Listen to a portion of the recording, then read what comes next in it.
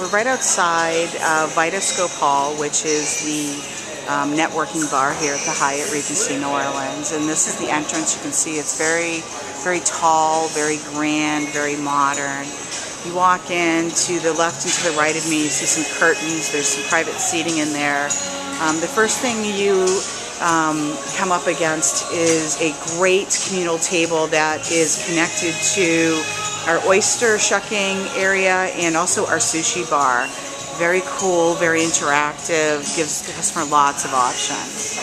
We're still setting up, so not everything's perfectly in place, but this starts to give you an idea of what this space looks like.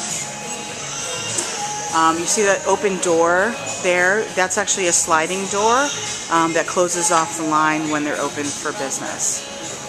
Swinging around, that's the front of the line. You see some columns. There's the full scope of the bar. It goes back pretty far. There's some great booth seatings you see with the domed lights over them, but it's really intended to be a super high energy space.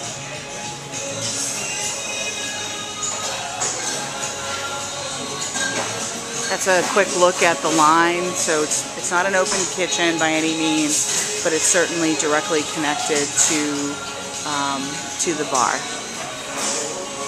And if you're inside, that is what the view out looks like. So here I am at the entrance of the full-service restaurant. Again, the name of that is 8 Block, and you know, it's a 200 and something seat restaurant. It's pretty good size. You see some beautiful chandeliers, great, you know, very clean, simple tables and seating. There's an upper section that has a semi-private glassed-in room. In the center is what we're calling the party tent, which, you know, has its own kind of lighting feature that kind of creates some separation. It's flanked by wine display on either side, very beautiful. And then as you walk through the restaurant, you get to the kitchen. And the kitchen, you know, it's a big hotel. They do a lot of numbers, so the buffet component was very important to us in order for us to be able to service our customers. So you start to see kind of the buffet tables and lines. Again, we're still doing quite a bit of construction at this point. But the open show kitchen, it handles all of the restaurant's needs. So here we have a little pastry section. This is a small production area. Then as you move in to the other side, this really is our a la carte component of the restaurant. So this kitchen fully supports the entire restaurant experience, not needing any space from the main kitchen. So standing in front of the line, this is the look of, you can start to see the whole atrium. Alright, goes way up, and the connection of the restaurant to the atrium, beautiful wine display, the elevator banks. That's the lobby of the hotel.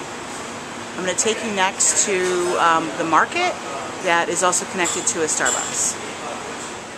Okay, so now I am on the second floor. Everything I showed you before this was on the third floor of the hotel.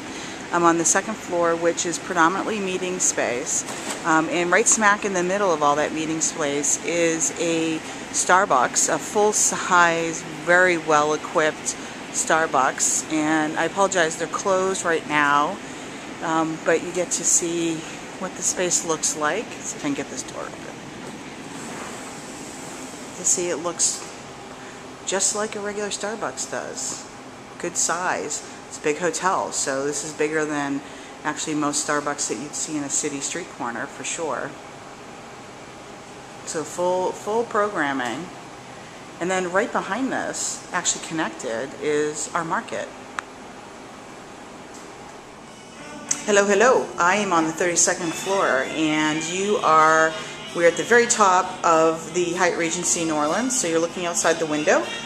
I wanted to show you our new Regency Club, which was built in the old space that was originally one of those rotating restaurants, the Polaris. So when you walk in the door, you see the greeter's desk. Sorry about the glare, apologize for that. And then you walk right into what is the kitchen space. It's closed right now, so it's not fully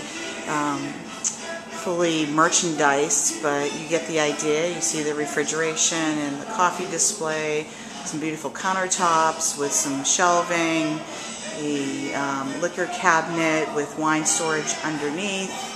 In front of me there is kind of like a cross-shaped countertop, and so it's ambient and cold display with some beautiful cabinets or shelving underneath so that we have some storage.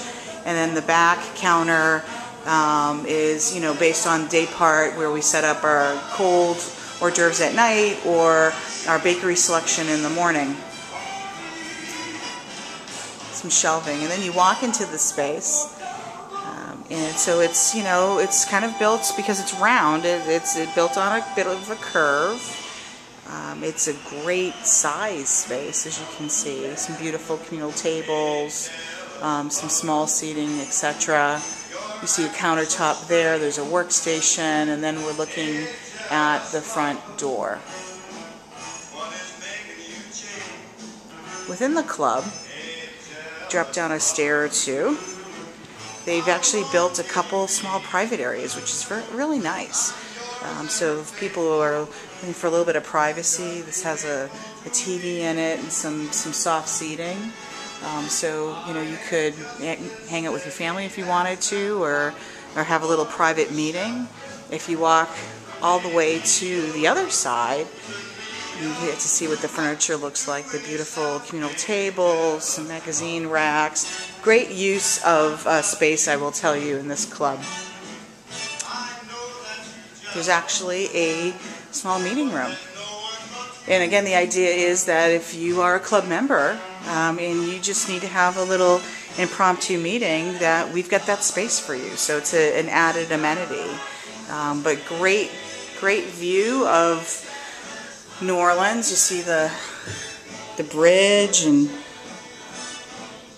basically all the great downtown structures, the river. It's awesome.